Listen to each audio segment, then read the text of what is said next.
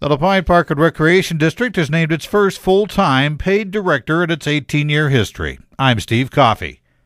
Justin Cutler, currently with the city of Gresham, was selected from a field of over 50 applicants from as far away as Iowa. I'm really excited about the opportunity to jump in with both feet and work with the community, and I think it's every day you don't get to wake up and start something new, so I think I really look forward to getting my hands dirty. LaPine Parks and Recreation Board Chair Tony DeBone says they had a lot of very qualified people throw their hats into the ring to be considered. Justin just kind of jumped out at us. He's got a bachelor's in recreation management and a master's in public administration.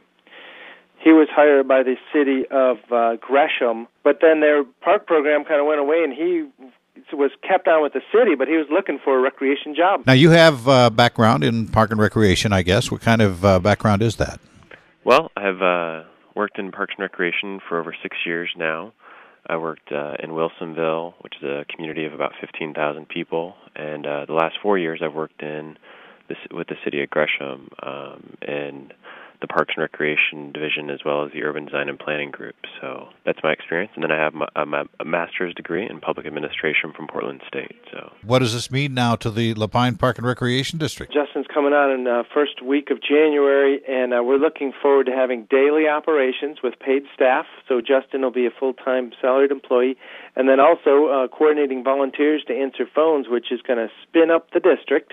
We're going to be able to provide programs for all ages, and also put the foundation and building blocks in place to do larger things in the organization, which referring to managing grants, improving our facilities, and really putting a comprehensive forward progress on the district. What was it about this job that enticed you that you wanted to apply for it to begin with? Well, I think it was the opportunity, again, to start something from scratch and to work with a community that has a support like LaPine, and I think a district's a fairly unique opportunity as well, given that it has a dedicated source of funding to Parks and Rec, and a lot of communities right now are struggling, to provide basic services, and Parks and Rec often gets cut.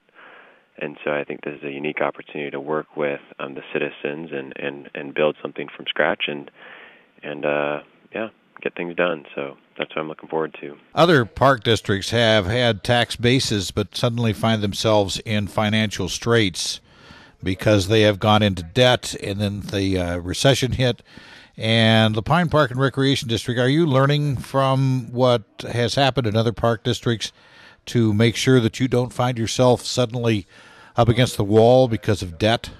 Oh, yeah, absolutely. So, it's a 5-person board, and we do have a contract bookkeeper. And so my personal opinion is that I do understand how Sisters and Redmond, and we think of them as kind of our same size organizations generally in the beginning, the tax base, and they're very different park districts. And then also, Bend Park and Metro is very large compared to us. But we've learned that, staff and personnel is very important. Simple capital management is going to be very important. And our budget will be larger. So a $200,000 budget may be $300,000, $400,000, or $500,000 in the coming years. But those aren't going to be tax-based money. Those are going to be revenues and grants that are managed. So we can't have more staff than we can handle. We need to make sure we don't commit to too much. So how does Tony DeBone feel now? About 2 days ago, I started kind of seeing the light at the end of the tunnel, thinking that, hey, this is really happening.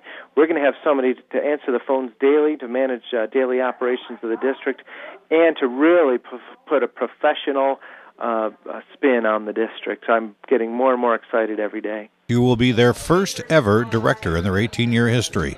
What do you think you'll need to tackle first when you get into town on January 4th? I know that the board's been hard at work, and they've really done a great job sustaining the district for the last since 1990, I think, when it was first established. So I know that there's a lot of groundwork already done, but it will be, initiating personnel policies and getting different systems built, and I think laying a really solid foundation for the future.